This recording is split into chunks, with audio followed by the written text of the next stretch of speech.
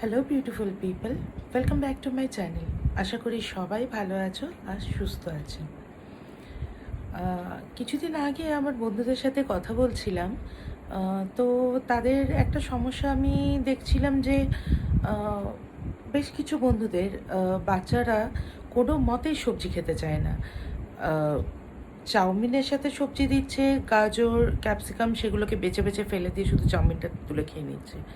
তো আজকে আমার এই বন্ধুদের জন্য, স্পেশালি সেই সব মাদের জন্য যাদের বাচ্চারা একদমই সবজি খেতে চায় না, তাদের জন্য একটা স্পেশাল রেসিপি আছে।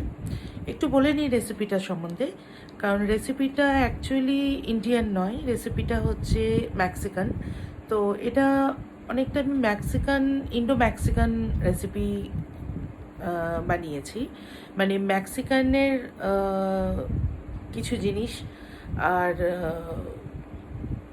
আর ইন্ডিয়ার স্পাইসেস সব কিছু মিশিয়ে একটা রেসিপি আজকে বানিয়েছি। রেসিপিটা অ্যাকচুয়ালি মেক্সিকানে যেটা বলে সেটা হচ্ছে কাসাদিলা। কাসাদিলা একটা রেসিপি যেটা টোটিলার সাথে হয়। টোটিলা মানে আমাদের এখানে প্লেন চাপাটি কিংবা পরাঠা যেটা বলি। টোটিলা নিচে বেস, তার ভেতরে স্টাফিং করে তার উপরে আবার টোটিলা চাপিয়ে সেটাকে বেক করা হয়। তো সেটা হচ্ছে অ্যাকচুয়ালি মেক্সিকান ডিশ। তো আমি এটা ইন্ডো মেক্সিকান করেছি। তো আমি বানাচ্ছি পরাঠা কাসাদিলা। তো রেসিপিটা দেখে নিই, আপনারাও দেখে নিন রেসিপিটা।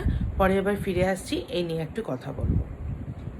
তো রেসিপিটা দেখা যাক। ফার্স্ট যেটা করতে হবে সেটা হচ্ছে ফিলিংটা রেডি করতে হবে। ফিলিংয়ের জন্য লাগবে কি কি সেগুলো দেখে নিই।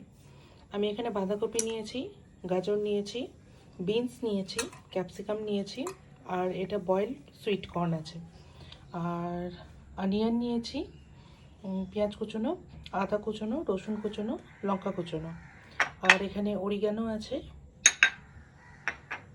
আর এটা চিলি ফ্লেক্স আছে। আর আমি এখানে পনিরের কিছু ছোটো ছোটো কুচিয়ে নিয়েছি। এটার মধ্যে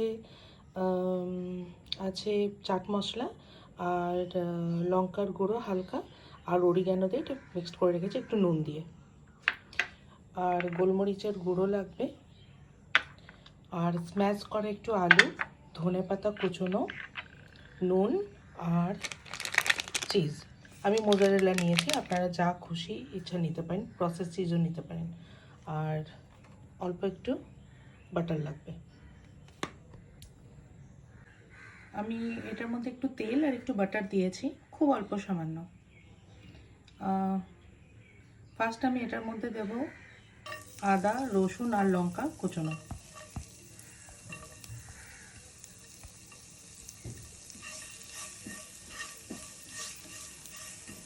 হালকা একটু ফ্লেভারটা বেরোলেই পেঁয়াজ কুচোনো দিয়ে দেবো।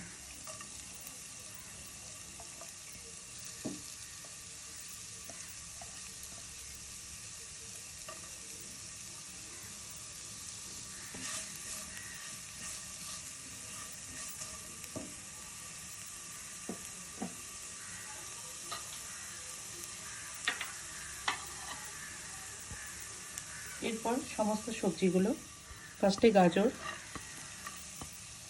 বিনস,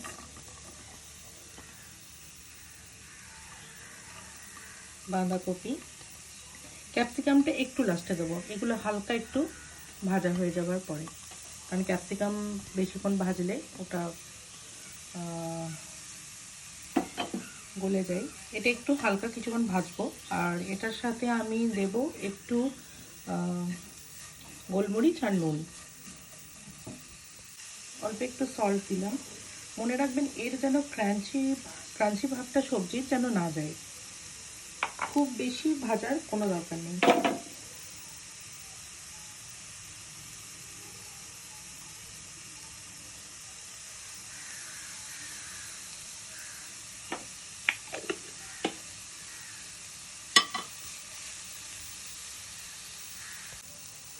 আমার মোটামুটি এটা ভাজা হয়ে গেছে। এরপরে আমি যেটা অ্যাড করছি সেটা হচ্ছে ক্যাপসিকাম।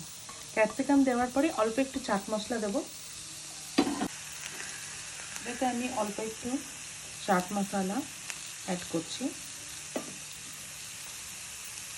আর অল্প একটু অরিগ্যানো। হ্যাঁ, আরেকটা জিনিস যেটা অ্যাড করবো, সেটা হচ্ছে বয়েলড কর্নটা।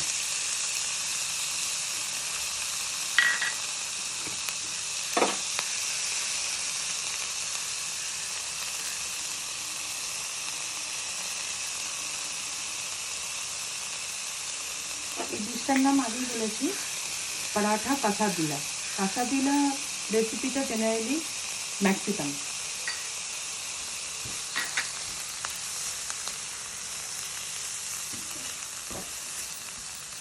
আমার এটা হয়ে গেছে, এটা জাস্ট নামিয়ে নিচ্ছি। আমি আরেকটু বাটার দিচ্ছি।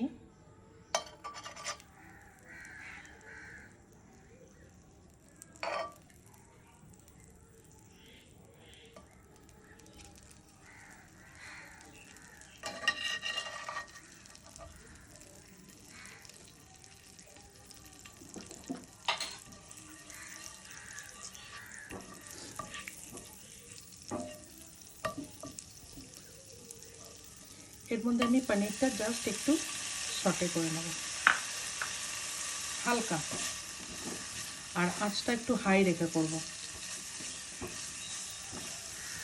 আমার পনিরটা হয়ে গেছে। এর পাশেই আমার স্ম্যাশ করা আলুটাও একটু নেড়ে নেব।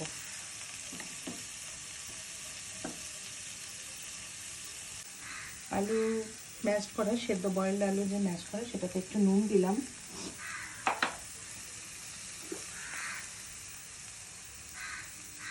একটু গোলমরিচের গুঁড়ো,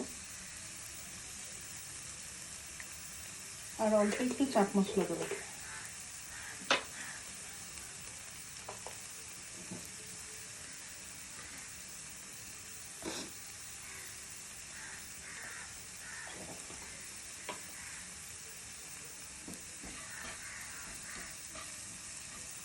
বাস আমার আলুও রেডি, সবগুলো নামিয়ে নেব। যে কোনো পরোটা যেরকম করা হয় ডো, আগের দিনকেই দেখিয়েছিলাম, আগে একটা লিঙ্ক ভিডিওতে আছে, জাস্ট ওরকমভাবে পরোটা এখানে ভাঁজ করতে হবে না, এখানে নর্মাল একবারই বেলবেন। কারণ এই কাসাদিলা রেসিপিটা জেনারেলি টর্টিলাতে হয়, তো টর্টিলা কোনোদিন ভাঁজ করা হয় না, এটার কোনো দরকার নেই। নর্মালভাবে প্লেন আটাটা বেলে নেবেন, বেলে নিয়ে এটা একটা সাইডে খুব ভালো করে সেঁকতে হবে, আরেকটা সাইডে জাস্ট ফ্লিপ করে তুলে নিতে হবে। তারপরে বাকিটা দেখাচ্ছি, আগে পরাটাটা সেঁকে নিই।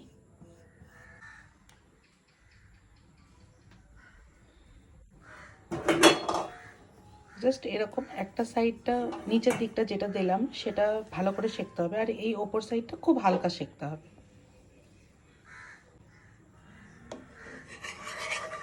আমি উল্টে দিচ্ছি, দেখুন একটা সাইড খুব ভালো করে সেঁকা হয়ে গেছে। জাস্ট এরকম সেঁকা হয়ে গেলে এটা তুলে নিয়ে রেখে দিতে পারেন। আমি আগেও বলেছি, এই অবস্থায় আপনি জিনিসটা স্টোর করে রাখতে পারেন 1 সপ্তাহ পর্যন্ত। এরপরে টাইম হচ্ছে এই টর্টিলাগুলোকে অ্যাসেম্বল করা। যে দিকটা মোটামুটি ভালো সেঁকা হয়েছে সেই দিকটা ভেতর দিকে থাকবে। তো ফার্স্ট যেটা করতে হবে সেটা হচ্ছে টমেটো কেচাপ, এটা পুরোটাতেই লাগাবেন।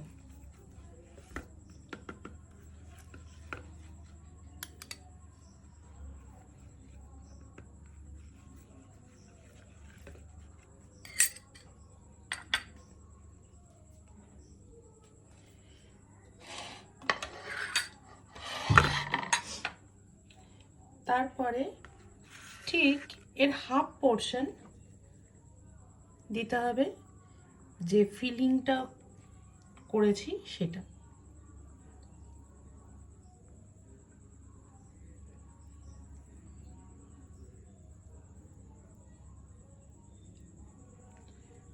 আর উপর থেকে পনিরগুলো বসিয়ে দিতে হবে।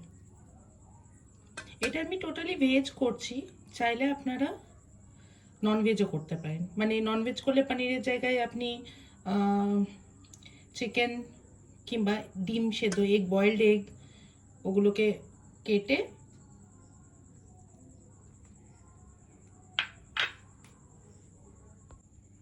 এর ওপরে আমি চিজটা গ্রেট করে দেব।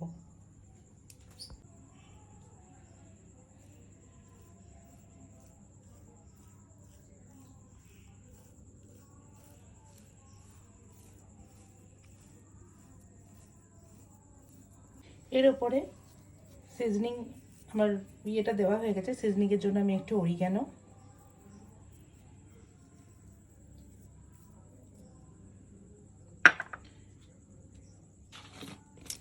অল্প একটু চিলি ফ্লেক্স, যদি আপনার বাচ্চাদের চিলি ফ্লেক্স ঝাল লাগে তাহলে দেবেন না, বাট অরিগ্যানোর কোনো অসুবিধা নেই। আর তার উপরে আমাদের ইন্ডিয়ান হার্ব ধনেপাতা কুচনো। এরপর জাস্ট নাথিং, এটাকে ফ্লিপ করবেন। ফ্লিপ করে একটু প্রেস করলেই মোটামুটি এটা চিপকে যাবে। ঠিক এরকম হবে। এটা এবার আমরা ভেজে নেব। আমার তেলটা গরম হয়ে গেছে, আস্তে করে পরোটাটা দিয়ে দিচ্ছি। আমি দুটো রেডি করে নিয়েছিলাম, দুটো একসাথেই দিচ্ছি।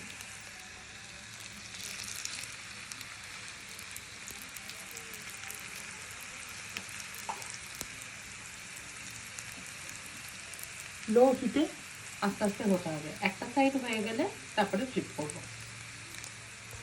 দেখুন একটা সাইড হয়ে গেছে, ঠিক এরকম গোল্ডেন ব্রাউন টাইপের হবে।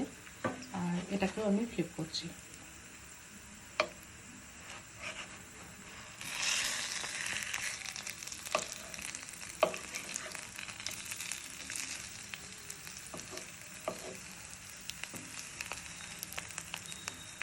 এটাও ঠিক এই পর্যন্ত গোল্ডেন ব্রাউন হওয়া পর্যন্ত একটু ধীরে ধীরে ভাজতে হবে।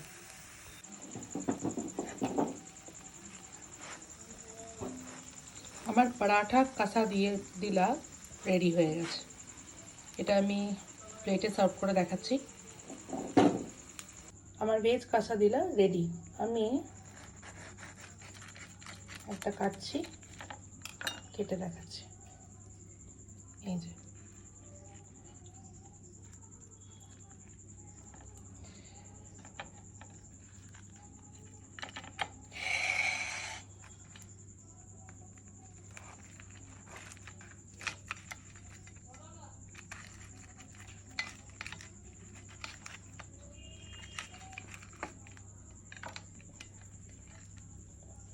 এই যে চিজগুলো ভেতরে গলে গেছে। এটা বাচ্চাদের ভীষণ ভালো লাগে, ভালো লাগবে খেতে। চাইলে আপনারা চিজের পরিমাণটা আর একটু বাড়াতে পারেন। তাহলে রেসিপিটা দেখলে অবশ্যই ভালো লাগবে। আর এটা একটা এমন রেসিপি যেটার মধ্যে সবজি আপনার থাকবে প্রচুর। দেখলেন কি কতগুলো সবজি দেওয়া আছে, গাজর আছে, ক্যাপসিকাম আছে, বিনস আছে, ক্যাবেজ আছে, বয়েলড কর্ন দিয়েছি। আপনারা চাইলে মাশরুম অ্যাড করতে পারেন, আপনারা চাইলে বেবি কর্ন ইউজ করতে পারেন, কিন্তু চেষ্টা করবেন সেই সব সবজিগুলো দেওয়ার যেগুলোতে জলটা কম বেরোবে। এই কারণ জল বেশি বেরিয়ে গেলে আপনার সবজির ক্রাঞ্চি ভাবটা চলে যাবে। এইখানে সবজির ক্রাঞ্চি ভাবটা থাকতে হবে, সেটা আমি রেসিপিতে বারবার বলেই দিয়েছি। আর চাইলে চিজের পরিমাণ আর একটু বাড়াতে পারেন। আর অবশ্যই আমি বারবার প্রত্যেকটি রেসিপিতে বলে দিই, অল্টারনেটিভ আমি বলে দিই, কারণ সবার কাছে সেই জিনিসটা পার্টিকুলারলি না থাকবে সেটা কোনো পসিবিলিটি। আমার কাছে মোজারেলা ছিল, আমি দিয়েছি। আপনাদের কাছে যে কোনো চিজ থাকবে সেই চিজই ইউজ করবেন, আপনাদের উপর টোটালি। আর এটাও বলেছি আমি এটা ভেজ বানিয়েছি, আপনারা নন ভেজ বানাতে পারেন। পনিরটাকে সরিয়ে দিয়ে ওর মধ্যে চিকেনের কিমা ইউজ করতে পারেন। বয়েল এগকে ছোটো ছোটো করে কেটে সেটাকে হালকা একটু সটে করে স্পাইসেস দিয়ে সটে করে সেটাও ইউজ করতে পারেন। এরকম অনেক কিছু আপনারা ইউজ করতে পারেন। মাশরুম যেটা বললাম, মাশরুম ইউজ করতে পারেন। তো এখানে কি সবজিগুলো এমনভাবে ভেতরে থাকে আর তার মধ্যে চিজটা এমনভাবে থাকে যার জন্য বাচ্চারা সবজিটা দেখতেই পায় না। আর এটা ওপর থেকেও খুব ভালো লাগে। যখন বাচ্চাদেরকে দেবেন এই কাসাদিলার সাথে আপনি একটু ফ্রেঞ্চ ফ্রাইজ দিতে পারেন, একটু সস দিতে পারেন, দিয়ে সার্ভ করতে পারেন। আর কাসাদিলাগুলো একটা কাজ করতে পারেন, ছোটো ছোটো করে লম্বাই স্ট্রিপে কেটে সার্ভ করতে পারেন। বাচ্চারা সবার আগে দেখে খাবারটা, তারপরে বাচ্চারা সেটা খায়। তো এই জিনিসটা এই কনসেপ্টটা মাথায় সবসময় রাখতে হবে, কারণ বাচ্চারা সবসময় ওই ভেবেই খাবার দাবার খায়। তো আজকের রেসিপিটা কেমন লাগলো অবশ্যই জানাবেন, আর অবশ্যই নিজের বাচ্চাদেরকে বানিয়ে খাওয়াবেন। আর আর কি বলবো, আজকের জন্য এইটুকুই। আর হ্যাঁ, রেসিপিটা যদি ভালো লাগে আর আমার ভিডিও যদি ভালো লাগে তাহলে লাইক, শেয়ার আর সাবস্ক্রাইব করতে ভুলবেন না। তো আজকের জন্য বাই বাই, সুস্থ থাকুন আর খুব ভালো থাকুন।